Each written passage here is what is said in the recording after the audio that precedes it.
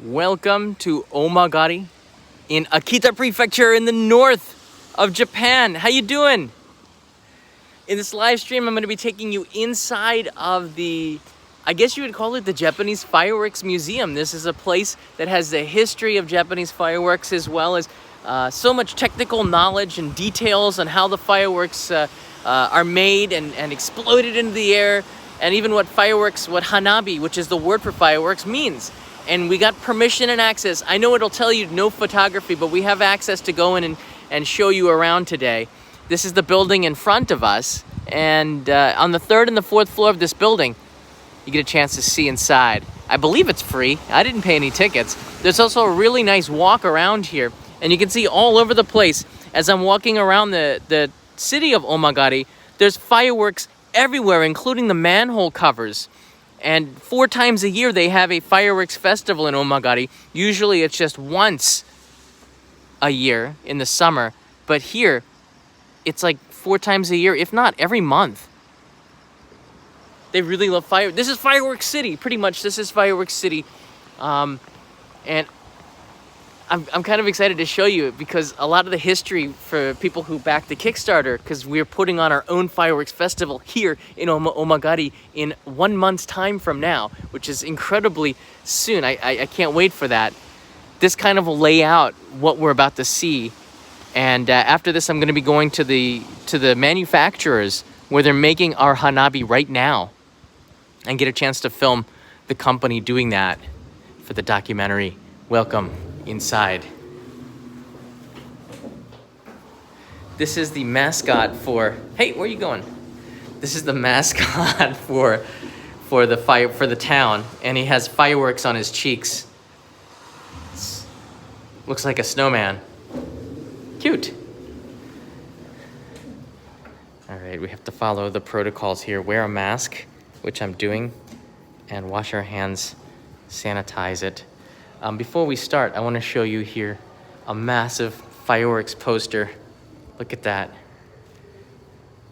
I don't know how they take pictures that beautiful, but the photographers find a way to capture the fireworks with a dark sky and yet get the stream of fireworks. It's not easy to do, I think. That's from last year, and just around the corner, they have fireworks vending machines, which are pretty neat. They've wrapped them up in fireworks. That means buying a drink from here, a little bit more special. Usual offerings. But the good stuff is up this way, and we're gonna be taking not the elevator, but the stairs.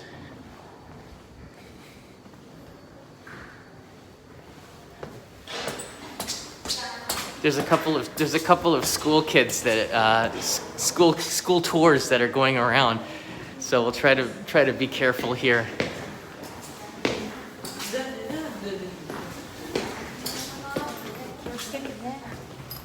Konnichiwa.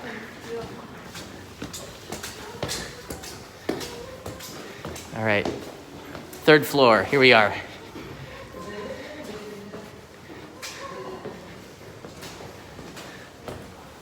Good morning, everybody. Welcome to the National Fireworks Museum.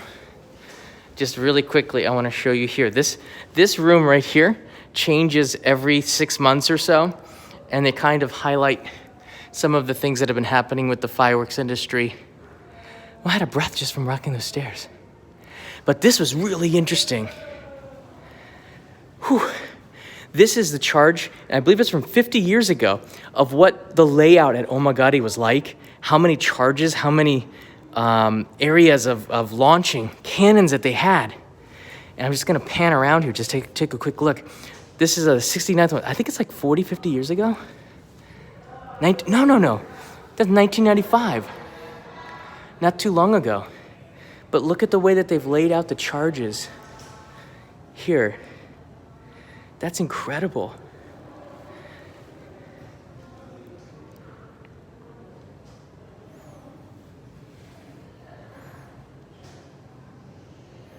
This might not be here if you come to visit. They change this all the time. But just look at the details on there. One thing goes wrong, I think they all go. Everything goes wrong, right? This is miniaturized. These don't actually work. Hey, Jennifer French is here. I shall get a dynamite drink on my way out. That you can be sure of. All right, let's go up to the 4th floor.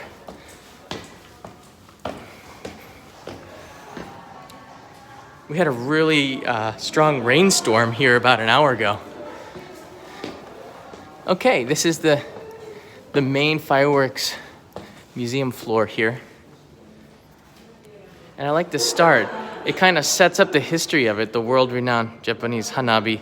And you can see on the river, all the people that are on the bridge, probably looking up. That hasn't changed over the years. The origin of the fireworks is all written on the wall.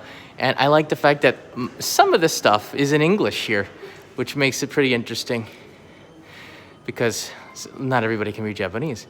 Fireworks marbles with splendor and beauty, categorized legally as pyrotechnics. And it talks about the history. And the first fireworks were, the birthplace was in Venice. And there's some art here to depict, I guess fireworks was not always used for peaceful purposes. I don't want to know what's going on there. I guess if you wanted to get close to fireworks, that's about as close as you can get.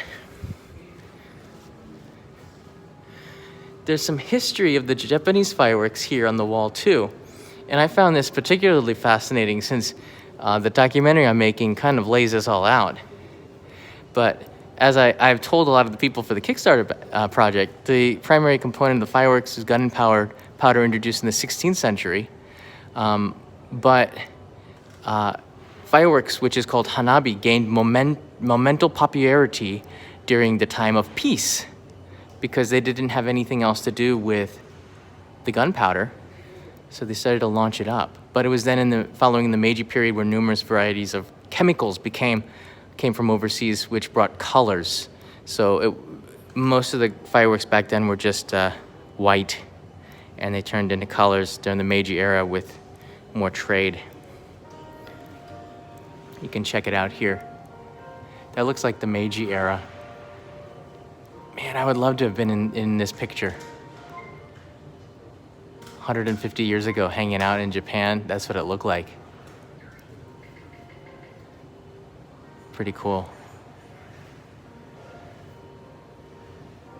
You can see it all laid out. Some of the old pictures of launching fireworks up here. You can see them in the exhibition floor on the 4th floor here. It's kind of neat. This is the picture that I showed on the fireworks festival page of fireworks being launched back in 1733. Although this is actually Omagadi, and I'm learning this now for the first time, but it depicts fireworks in Japan, so it wasn't too far off.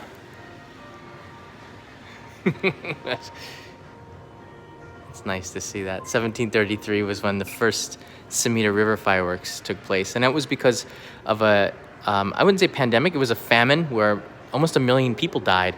And just to kind of memorialize them and remember them, they launched up 20 fireworks on the Sumida River. This lays out the process of fireworks here, and I'm just going to take you around it really quickly. I'm explaining it in the documentary, but the Hanabi production process, how to make a Shakudama, is laid out here, from here, and it comes from just an idea. Then the powders have to be mixed, and then they take the powder and make it into balls, and it's a pretty unique process. I shared that with the people in our Discord server. Then it's packaged, and they use these kind of filters here to separate the balls, which will give it different colors and explode at different times. Then there's the fuse, and then putting it all together. Do you see that? That's pretty interesting. They take the two halves of the shells, which are round, put them all together, and if you look inside there, there's like a projectile mapping which will show you how they put everything in there. Maybe we'll come back to it. Right now they're showing it being taped on the video screen. This is the tape that they use to wrap the outside of the fireworks shell, which is pretty interesting. It comes to life with the projectile mapping. I guess I'm moving too fast for it. And then they put on the outside of it, the master who created it will write the name And for those backing the fireworks projects, you'll get your Shakudama kind of written like that by the master himself. And then eventually, number 10, it is put in a cannon and launched. But this is really interesting. It's autographed, right? What I learned yesterday and through the whole process of watching the fireworks being made, you see exactly how much effort and time is put into each one of them. So there's a reason why it's not that cheap. If you buy like a Roman candle, which is just a couple of spurts of gunpowder popping into the air, that's like $5-10, right? Well, those can be actually made by machines. It's not really that tough to make those. But I'm gonna show you now why the Shakudama can cost like $1,000 or more. And in the documentary, I'm kind of explaining why it takes so long. Look at the details and intricacy inside of one of the Shakudama. There's so many different layers and levels to it. Each one of these, this is just a sample, but each one of these would show a different color inside of it.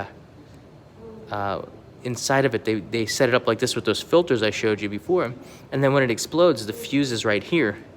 You'll see all these colors when the firework explodes, and this takes so much work, and yet it's over in like 30 seconds, right?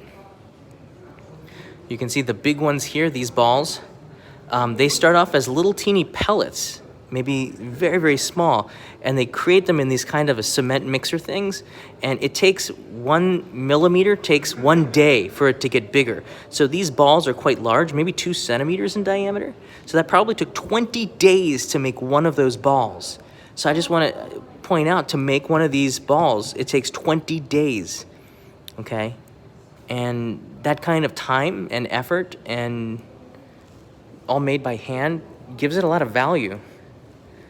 This one is pretty interesting. You can see they've taken the little teeny fireworks shells and they put it into one big one. So this will have a very unique explosion. These look really cool here. Do you see these have, I guess when you light them, they're the ones that go woo, woo, woo, woo, like that. But you can see these are generalized ones where you can come up with just a template to make something creative, and then start to add color and different things in there to make it even come more to life. And the secret is in the production of it. And a lot of the fireworks manufacturers are guarding their secret very closely. They won't show me certain things. I showed this in the video I made about fireworks before, but you can see the shell, the size of the shell, and actually how big they are when they explode. This one is a size 3, and a lot of people have been asking me about the sizes of it. This is considered a size 3. It's about 1/4 of a kilogram, 250 grams. This is my hand, and it'll be launched up, and it has a blast radius of about 50 meters, and you'll launch that up about 120 meters. So it's not too big. It goes up that far on the Eiffel Tower. It's a nice blast, and these are the ones that you'll see the most in Tokyo, in big cities. And maybe sometimes you'll see a number 5, which is close to a kilogram, 900 grams. There's my hand next to it. So it's, I don't know, it's like a handball, not quite, maybe half the size of a basketball. And this one has a blast radius of 75 meters and has to be launched up 200 meters. And you can see it's much, much bigger than the number 3, but it gets even crazier than that. That's a number 5, all right? Here's the number 7. The number 7 is 2.7 kilograms, right? There's my hand next to it. This is a soccer ball size, maybe, and 20 centimeters in diameter here, but when it goes up 250 meters, it has a radius of 100 meters, a diameter here, a blast radius. I guess that's what they call a blast radius. That's pretty impressive, all right? These, we don't see these inside of the cities because the buildings are too close together, and it's a little bit dangerous. So you see these more out in the countryside. Then we get over to here, and this mama is the one that 8 people in the Kickstarter backed, and they bought these. This is almost 10 kilograms. It's 8.5 kilograms, and let's see here. This is the size of a watermelon. This is my hand. It's massive. It's pretty big. And you can see the number 10, called the Shakudama, is blasted up 300 meters. This is how massive it is, which is higher than the Eiffel Tower, like Tokyo Tower, and then it explodes with a radius, a diameter here of 140 meters, which is massive. So from end to end, almost 300 meters, which is crazy big. And the insides, how intricate. I just showed you what it looks like on the inside. They have one here at the museum. This is a Nishakodama. This is double the size of this one here, the Shakudama. And this one is, I don't know. I remember in elementary school we had kickballs this big and nobody could ever really kick it that far. In fact, it bowled over a couple of the smaller kids. But this thing is launched up. This is massive. This is a Nishakodama, 450 meters, and it has a blast radius here of 225, which is half a kilometer wide. But you see down here, they don't even have a sample of it next to it, but it would be like, it's basically half the size of me. It's massive. 420 kilograms is the Shakudama, which is shot up almost a kilometer, 720 meters. 750 meters, and that one has a blast radius of like 750 meters. It's like, sometimes they can get a kilometer wide. It's crazy, right? That's the Shakudama. That's the one that I showed before. But this is the Nishakodama, and this is pretty impressive in itself. The thing that makes these really expensive, I showed you that the balls get like, to get this big, it takes 20 days. So to get them for this big, they probably have very large balls inside, and that probably takes over a month to make the balls inside of that. So it takes a very long time to make that, not just putting it together, but to create the balls of gunpowder, the balls inside of it that explode. That takes time, a lot of time. Omagadi is, I put a picture on Instagram here, but this is the launch ground, and this is where we're going to be watching from. I'm pretty excited about this. So I'm coming back here for a live stream on October 10th.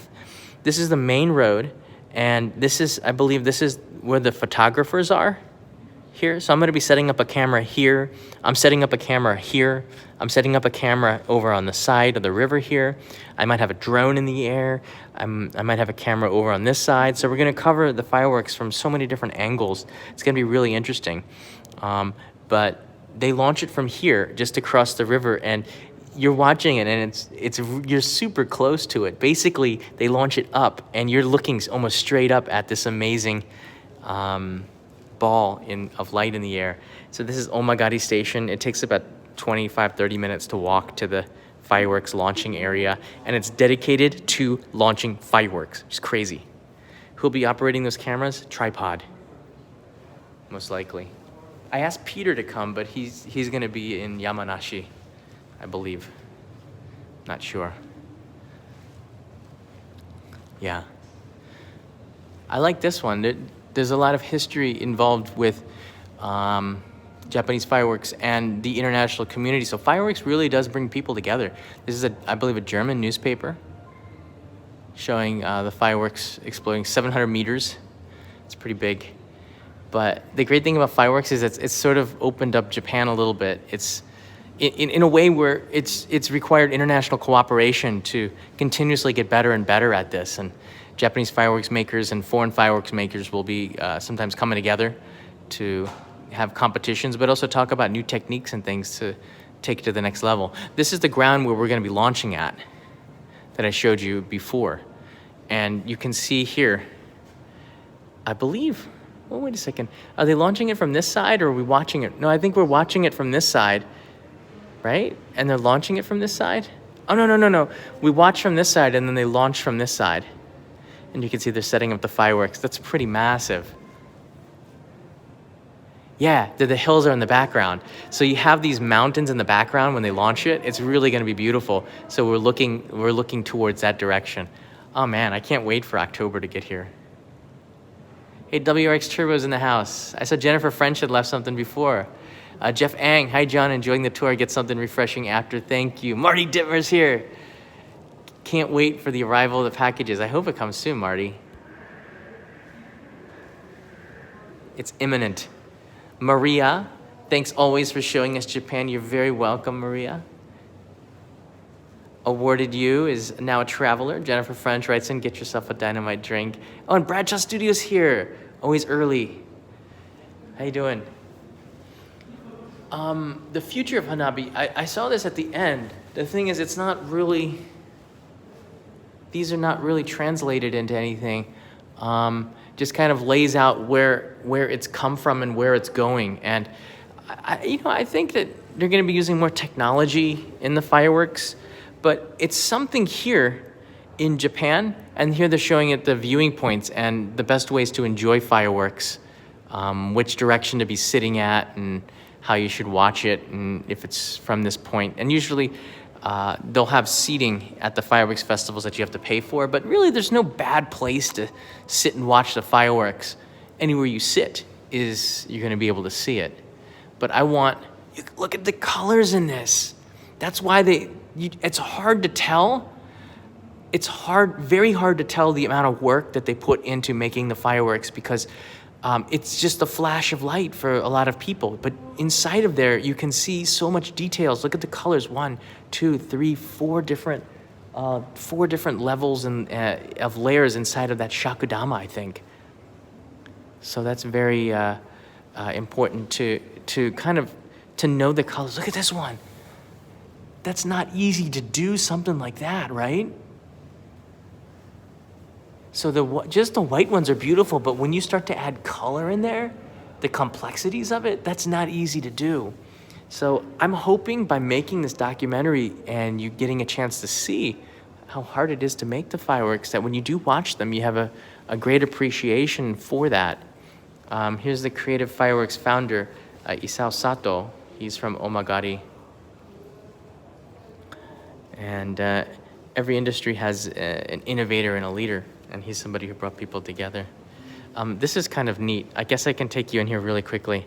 All right, it's actually been done for us. So I only have to push a button, but you have to wear gloves if you're gonna mess around with it. You can actually, in this room here, and this makes it really family friendly, you can put together the fireworks and create your own fireworks, and it'll show you what it'll look like if you explode it. So you can pick any of the colors that you want, and then just, there's a timer, and then I'm gonna press this button.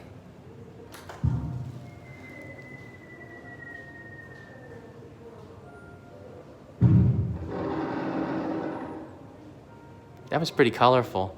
And it shows you by the format that you used how it will change. So if I just take this one out, I'm gonna put one of these in there. Let's see if that changes it at all.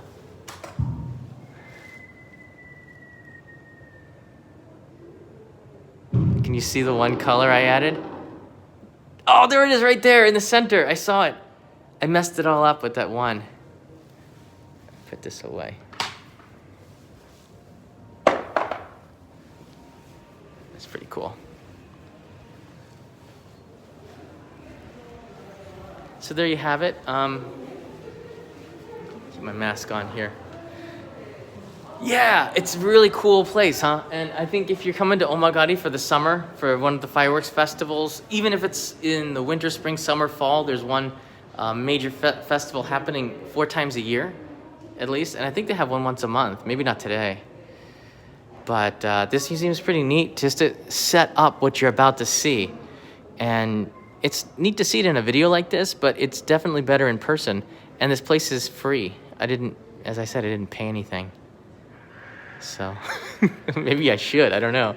Lovely Takelu's here. I can't wait to watch the fireworks festivals. It's gonna be so exciting. Tony P, Tim Lawson's. When I lived in Iwakuni, I watched a great fireworks show during a Sakura festival on the river below the castle. Oh yeah, Iwakuni must have a really pretty one.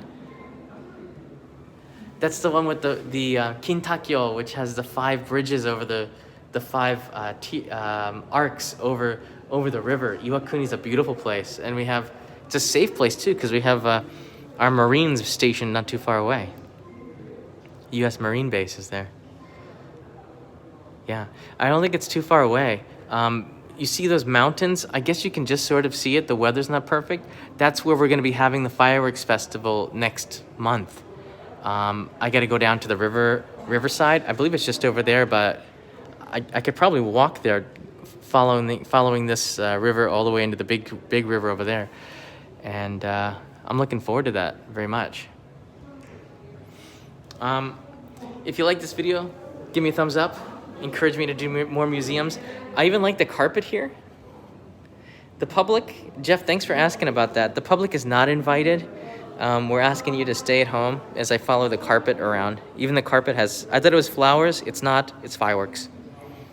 We want people to stay at home and stay safe.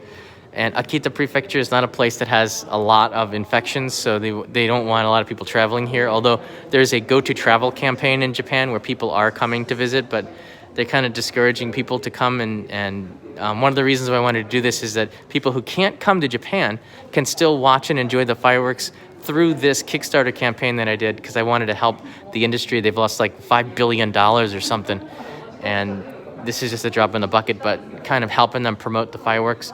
That's a good thing. It's priceless. That's what I want to look at it in that way. So there you have it, guys. Thanks so much for watching. I hope this was a kind of informational and helps to set up what you're going to be seeing next month. You won't see the Nishakadama, but we're going to be seeing a lot of these over here. The Shakudama. This is a big mama. And number 7s, you'll be seeing those. And a lot of number 3s and number 5s right here. Very interesting. I got to go to lunch now, and then I'm going to be going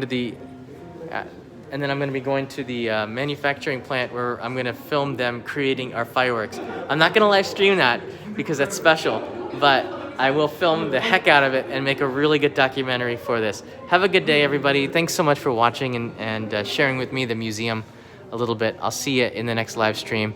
Maybe tonight on the way back to Tokyo, or tomorrow back in the big city. See you later.